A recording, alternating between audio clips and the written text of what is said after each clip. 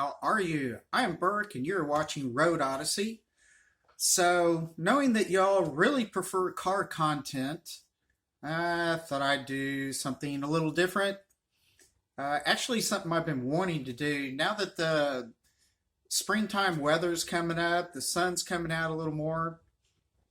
So, I'm going to go out and line up the cars, get some pictures, and then take them out on the road and see how they perform at the quarter mile. So I'll give you a few stats and let's just see what happens.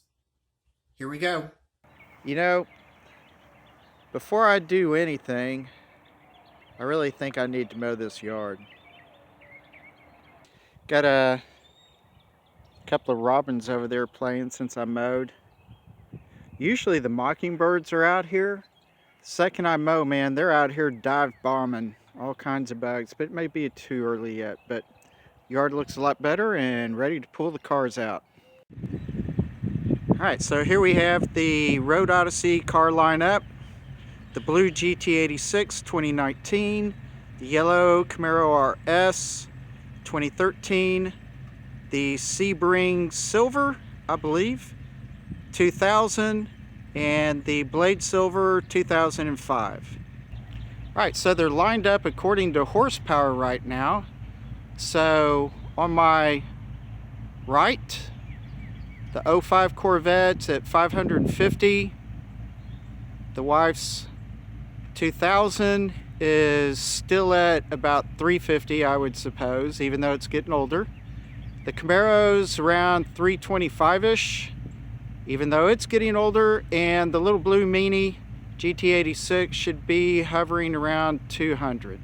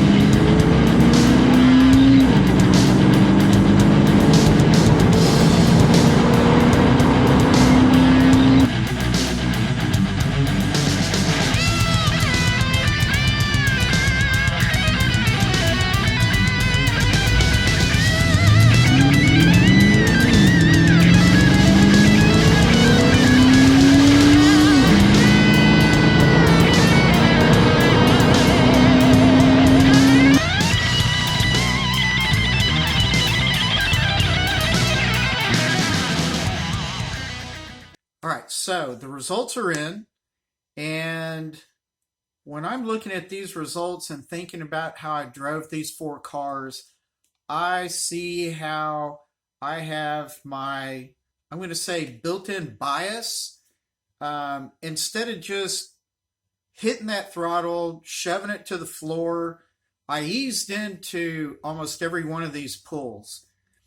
Furthermore, I suppose what I did was in the back of my mind, drove each car almost exactly the same in terms of how I felt, how fast I was going.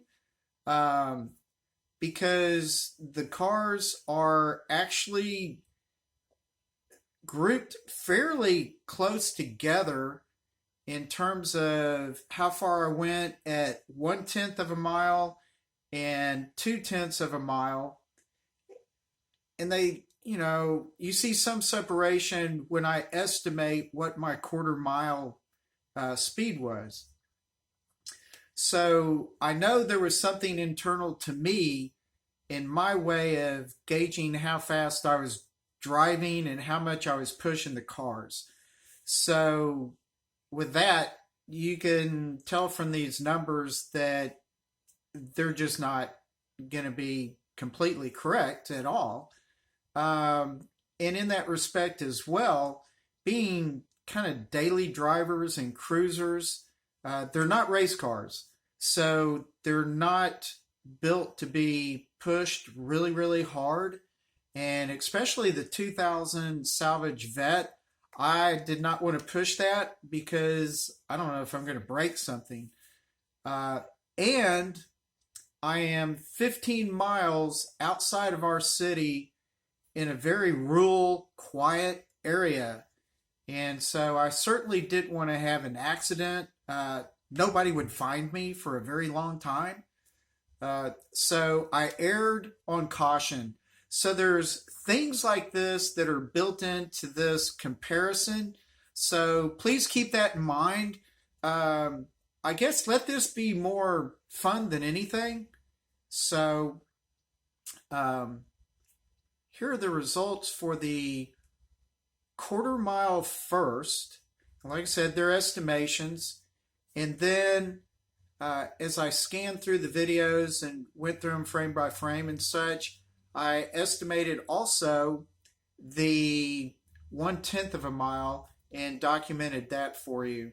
So let's see what this looks like. All right, so this screen is showing you basically that I am at least 10 miles an hour slower on the quarter mile compared to the manufacturer's test. This screen shows the 1/10 mile. I am very consistent on these speeds as far as I'm concerned. So this is part of what tells me it was my perception and caution.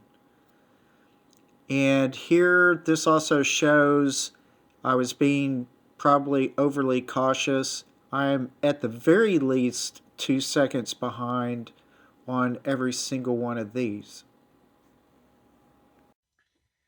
So as you can see, these numbers are perhaps a little bit odd because I'm odd. Hey, might as well admit it. So, there's a lot of bias. My physical and perceptual bias is built into these numbers. And like I said, I'm not on a racetrack. I'm out in the boonies. Give some comments. I'd be more than happy to tell you, some of the things I experienced if you like. And that's really about it. So have a wonderful day. We've got good spring weather for the next few days. So hope y'all can get out and just relax, take it easy. Thank you very much, and I will see you later. Bye.